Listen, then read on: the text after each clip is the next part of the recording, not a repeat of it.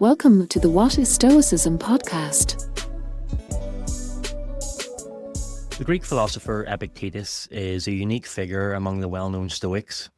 While Seneca and Marcus Aurelius operated in the upper echelons of Roman society and were destined for such prestige from an early age, Epictetus was born into slavery.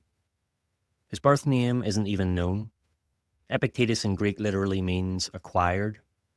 Epictetus's master, the wealthy freedman, Epictetus, permitted him to study Stoicism under Musonius Rufus, and when he eventually gained his freedom, he went on to teach the philosophy in Nicopolis. In his discourses, which were lectures transcribed by his student Arian, Epictetus gives some insight into how he was instructed. Rufus used to say to me, by way of a test, "Your master's going to do such and such to you." And if I replied by saying, "That's life," he'd say, "So why should I bother to plead with him when I can get the same result from you?" The meaning is that Musonius Rufus was prepared to plead with Epictetus to make Epictetus' life bearable. Yet from his response, he was evidently bearing it already. The logic, as Epictetus explains, is that the mental well-being of a bearable life depends not on outside influences and external circumstances, but on one's own character and thoughts. After all, it's pointless for someone to get from someone else what he can get from himself. Since I can get from myself greatness of soul and honour, says Epictetus, am I going to get from you a plot of land, or some money, or an official position? Hardly.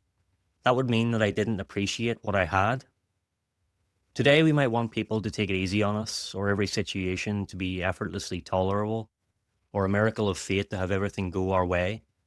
Rather than be subject to all these uncontrollable things, however, perhaps we can learn from Epictetus and get what we need from ourselves. Yet the story doesn't end there, and the Stoics never meant it to.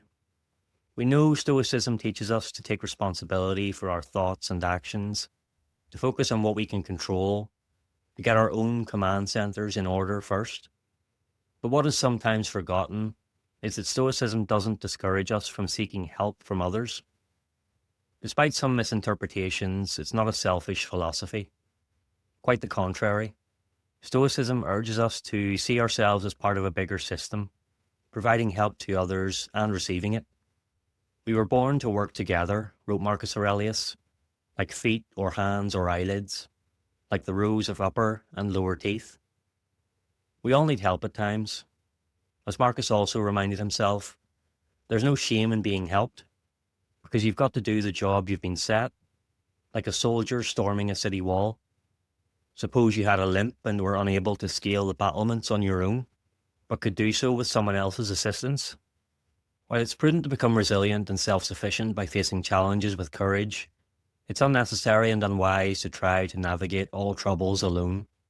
Even Epictetus, the exemplar of mental independence, relied on Musonius Rufus for guidance, and on the camaraderie of fellow students for encouragement. Self-reliance and interdependence, then, are not opposites, but complementary moves in the same philosophical dance.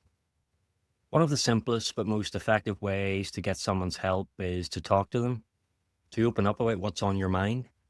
Talking through troubles with someone you trust builds that trust further, allows you to gain another perspective, and fills the listener with purpose, knowing they can help just by listening. And sometimes the act of verbalizing thoughts to someone else reveals a path that was hidden. The clarity resembles that gained by writing down what's on your mind, but sharing it with another often makes you feel lighter, freer. So the Stoic lesson is twofold. First, cultivate an inner citadel robust enough that, like Epictetus, you can't be compelled to abandon your peace by the whims of masters, markets, or moods. Second, remember that you are, as Marcus Aurelius said, a limb of a greater body, whose health depends on mutual aid. If something has been weighing on you, if it's getting too heavy, maybe today is the day to let someone provide a shoulder of support.